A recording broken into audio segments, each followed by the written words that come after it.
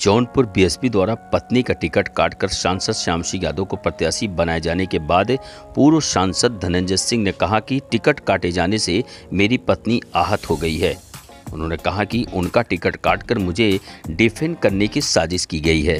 उन्होंने कहा कि यदि मैं मैदान में होता तो मैं निर्दलीय चुनाव लड़ता। धनंजय सिंह से पूरे दावे के साथ कहा कि जिसे मेरे लोग चाहेंगे वही यहां से चुनाव जीतेगा।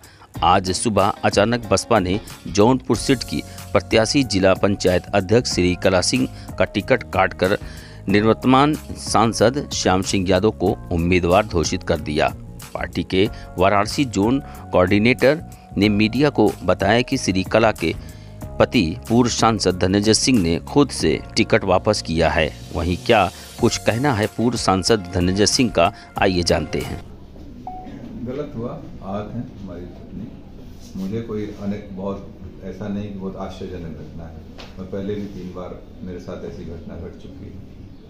मेरी पत्नी के लिए पहली घटना थी, कला जी के लिए वो आहत है। सारा ठीक रहा, आपके ऊपर फोड़ा जा रहा है कि आपने मना कर दिया, उनको कोई चारा नहीं मिला। वो मैं भी सुन रहा था कि दबाव में ये वो ऐसा। बहुजन समाज पार्टी मुझे बहुत कायदे से जानती है और ख़ास तौर से बहुजन समाज पार्टी की जब सरकार रही, बहन जब मुख्यमंत्री रही 2002 में, तब भी मुझे 1 साल जेल रखा गया। हम लोगों को 10-12 मुकदमे ला दे गए। तब तो हम लोगों ने कोई कम, मेरी माता जी का निधन भी हुआ था उस समय। हम लोग तो कहीं कंप्रोमाइज़ नहीं किए ना। तो बसपा, कम से कम बसपा के लोग जो बोल रहे हैं खरवाज, हमको लगता है नए आए, उन्हें जानकारी नहीं है, इस तरीके की भाषा बोल रहे हैं। ठीक है, अपने पार्टी को डिफेंड करना बहुत से और भी तरीके नहीं, दूसरे को डिफेम मत करिए।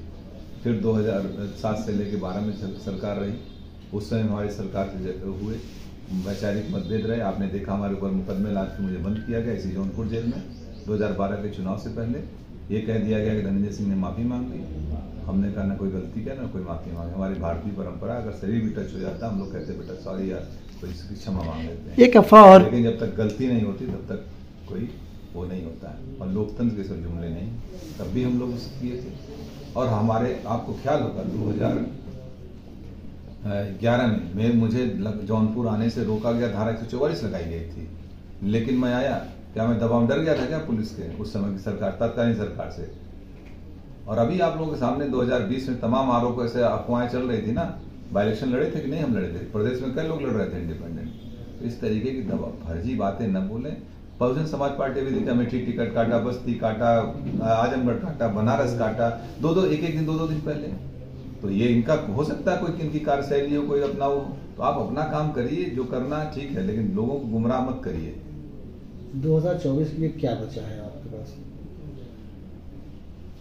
अभी निर्णय होंगे 2-3 दिन में लोगों के साथ बैठ के। जो हमारे तमाम पुराने साथी हैं, बहुत बड़े सब सहयोगी हैं, जो हमारे ब्लॉक के हैं, ब्लॉक प्रमुख, बहुत से जिला पंचायत सदस्य हमारे हैं, पुराने साथी, सब लोग बैठ के एक निर्णय लेंगे। तय किया जाएगा, जो उचित होगा वही। झुकाव है किसी पार्टी की तरफ? अभी सब जब तक हम लोगों के राय मशवरा नहीं कर लेंगे तब तक कोई निर्णय नहीं लेंगे। भूमिका तो अदा करेंगे 24 में? बिल्कुल भूमिका अदा करेंगे। बगैर हम लोगों के सहमति, जिसको हम लोग चाहेंगे वही यहाँ से सांसद जाएगा, ये भी तय है। इसके अलावा क्या कोई बात हुई आपकी बहुजन समाजवादी पार्टी के शीर्ष नेतृत्व से? नहीं, किसी से कोई वार्ता नहीं। हाँ, मैं भी सुना कि वो कह रहे थे कि बहन जी से मेरी वार्ता हुई। मेरी बहन जी से जब मैं MP था 2013, आखिरी वार्ता उनसे फोन पे मेरी 2013 में। आज तक और इस टिकट में ना मेरा कोई लेना देना। मैं जेल में था, आप लोगों को मालूम है। पत्नी को अप्रोच करके उन लोगों ने टिकट दिया, वार्ता उनसे हुई और आरोप हमारे ऊपर लगा रहे हो। इसका मतलब कुछ पहले से ही मनगढ़ंत कहानी रही होगी ताकि मुझे टो कर दो, मुझे डिफेम करने की बात थी। कोई खेल समझ में आ रहा है क्या इसमें?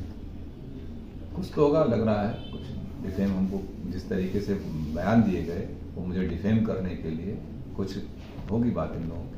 चारा नहीं छोड़ा गया आपके सामने, सिर्फ 1 दिन रह गया था नामांकन के लिए? हाँ बिल्कुल। अगर चूंकि हमने इस पर किया था नामांकन, इंडिपेंडेंट के लिए आपको 10 प्रस्तावक चाहिए होते हैं।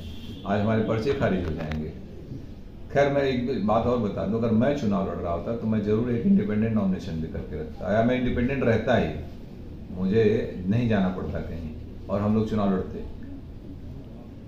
भविष्य में क्या कोई तालमेल बैठेगा बसपा से? मुझे नहीं, मेरा तो नहीं लगता है कभी।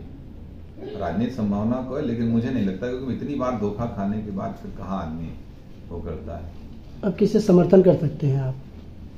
ये भविष्य का सवाल है। मैंने अभी कहा कि अभी हम अपने सारे लोगों के साथ बैठेंगे, जिम्मेदार साथियों का, यही नहीं पूरे जौनपुर, पूरे दोनों हमारी लोकसभा, सभी जनपद के सभी लोगों के साथ हम लोग बैठेंगे। जनपद में कम से कम हम लोगों के 2, 2.5, 3, 4 लाख लोग अपने हैं, जहां हम लोग चाहेंगे वहां मत करेंगे। ये सबसे बसपा के लोग ये अब संकेत आपको धोखेबाज बता रहे हैं कि उन्होंने एक दिन पहले ही कहा कि अब आप जो हमारी पत्नी चुनाव नहीं लड़ेंगी, इस तरीके का बयान आपने उनको इसका जवाब दे दिया यार। अब कि कौन कह रहा है, कितने बड़े लोग हैं, कोई बचा है बसपा में? क्यों ऐसी बात कर रहे हैं कि एक अकेली सीट जौनपुर की थी जिसको लेकर बसपा चर्चा में आ गई। 5 जगह और टिकट काटे, कोई चर्चा है? इतनी माइक लगा कोई पूछने गया कहीं? खाली जौनपुर की वजह से ना, जौनपुर की वजह से चर्चा में, धनंजय सिंह की वजह से बसपा चर्चा में, बसपा की वजह से धनंजय सिंह चर्चा में नहीं है। प्रणाम।